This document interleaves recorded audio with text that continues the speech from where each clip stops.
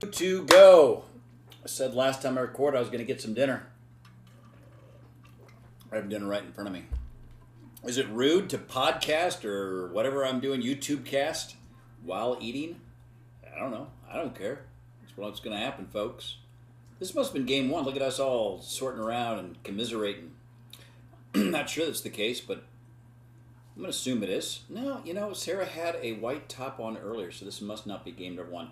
What are we about to watch? We're about to watch a pickleball from HCC. This is round robin. March 28th is when it happened. What's happening right now is me winning rallies. That's me in the blue back there doing business. Zilla got killed. It's young Sarah and I against Mr. Patrick. I do think it's kind of a not a winter green, hunter green, little grayish, dark green shirt that he's got on there. And his partner, Mike Mondello, we talked about before. If you had bird arms, why wouldn't you show them off? His lack of musculature is truly impressive. He's decided to go with guns out.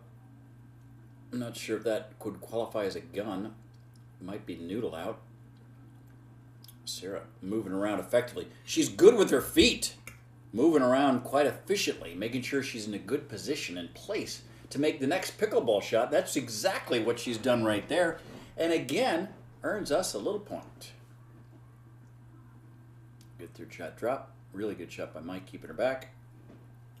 And on her backhand, was a fine choice. Now it's Mike's turn to serve. Oh, somebody's got a blower over there. You gotta get rid of some leaves or something, I guess. Put it away. That's Sarah.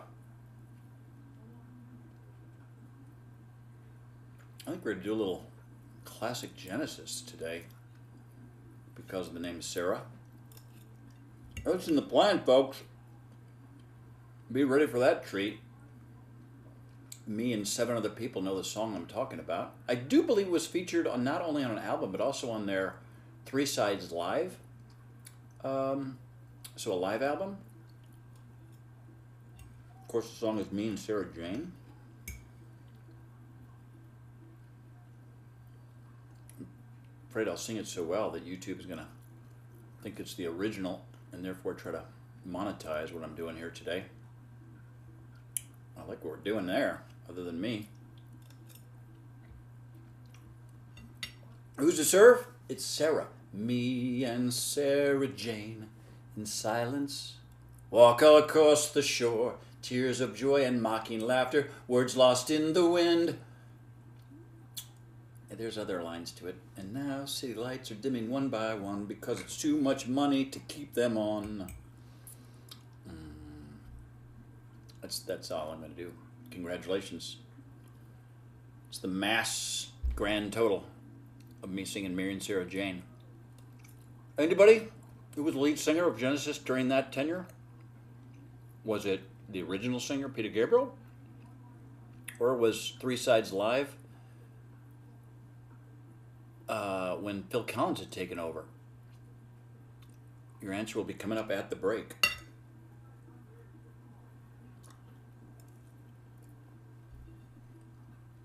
Kid Magic picking up the ball. Let's go, Kid Magic. He's gone, Kid Magic. I caught some metal. That wasn't a net, that was metal.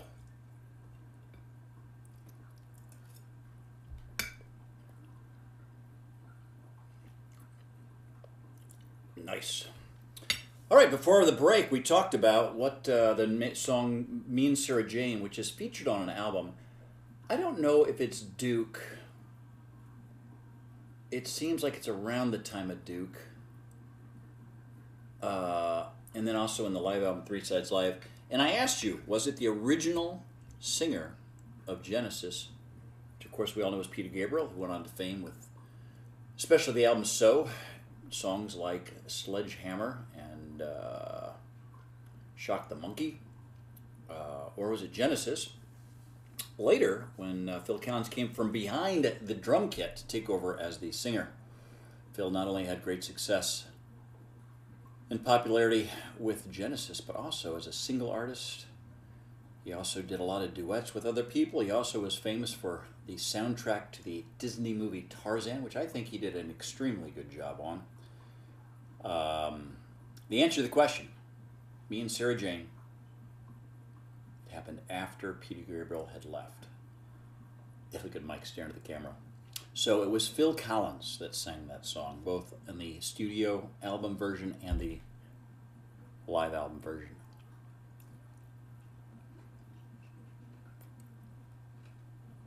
I don't think it's one of their better works. By the way, that album's good though. Three Sides Live, dear Lord, I recommend that. You like progressive music, you like different time signatures mixed in there. I'm not sure that people really like the synthesizer that was a heavy component of especially the middle section of Genesis catalog. I like it.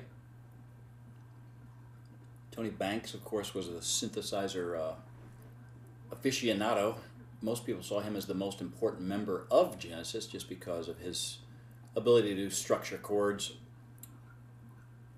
It's kind of the background of exactly what they did. Even though his solo work did not near get the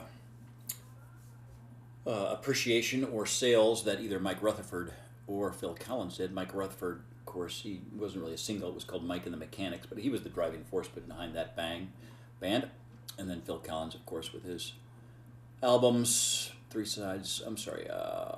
Value, brilliant album. Sussudio, not very good, but very popular. Hello, I Must Be Going, pretty damn good album. So Phil had a lot of success there. And then, as we all know, he sang some songs that were included in movies like Take a Look at Us Now. Maybe Take a Look at Me Now, Take a Look at Us Now. I'm not even sure what the noun is in that song.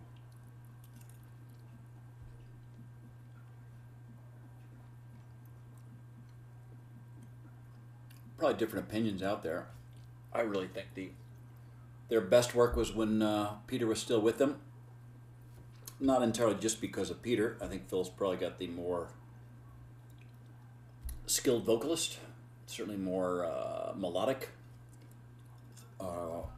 But when Hackett was on his lead guitar strength, when they were doing those long, heavily progressive songs like Supper's Ready, I think that's their best work.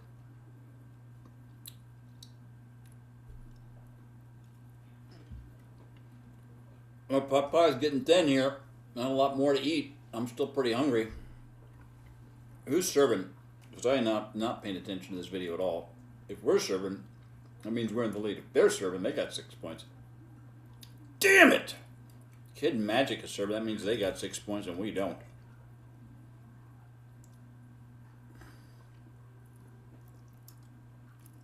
Nice drive. Well handled. Down at their feet. What a treat.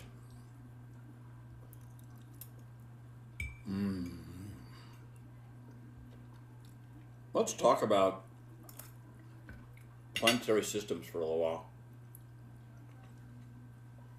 Anybody know, does Mars have more atmosphere or less atmosphere than Earth? Man, nice point. Man, nice point. Man, nice point. This is a battle. Good job, Sarah. Oh, just wide. Great playing by all. Claps. Little golf clap for all involved. So does Mars or Earth have the thicker atmosphere? Anybody? Anybody? The answer is the Earth has a significantly heavier atmosphere. It's about 1% what you're going to find on Mars is what you're going to find on Earth. I think the contents also change quite a bit, but Mars has an atmosphere, just much thinner. They still have storms, so that atmosphere down on the planet still can get windstorms and different temperatures and things like that.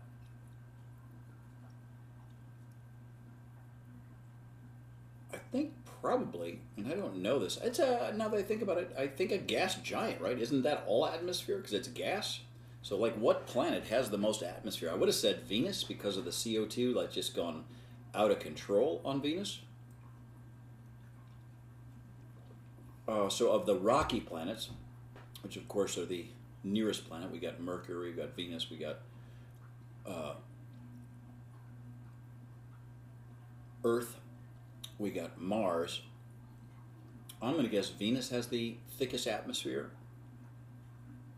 It certainly has the highest temperatures, just occluded with a thick, heavy gases. It's kind of gone crazy with global warming on the planet that's most similar in size to Earth. Mercury, of course, the planet that's closest to, has a huge variance in the temperatures that one would find there. It's like 600, I think, 800 Fahrenheit at times. When it's in the sun, it's close to that sun. It doesn't have a lot of atmosphere, so it's warming the actual planet's surface. But that sun's right on it, so it get hot. Now the thing happens is without a much atmosphere, it cools off quite a bit. So later, as that planet spins and turns, the other side gets to like negative 300 or something ridiculous. I don't know the exact numbers, but you guys have got the Google machine. You can look it up. And then the interesting point, I think there's at least one of the poles is almost always pointing away from the sun, and we believe that craters there have ice. So even though that planet is so close to the sun, we're pretty confident it contains ice on the surface around the kind of rim of craters found, good job Sarah, around the pole, because it's always, that pole's always pointing away from the sun, therefore it doesn't ever get super hot. Otherwise it would have melted off that ice quite a long ago. This is the least intelligent conversation. Certainly the least pickleball-ish conversation I've had in any of these. I'm trying to think if there's anything else I can say that I act like I know anything about our planets. Venus, we talked about that before.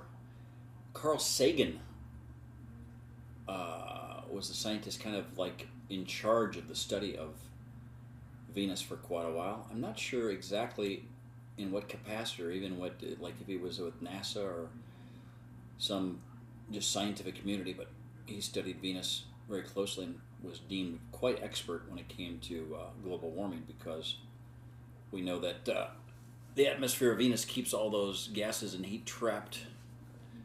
I think lead melts, boils away on the surface of Venus. That's how hot it is.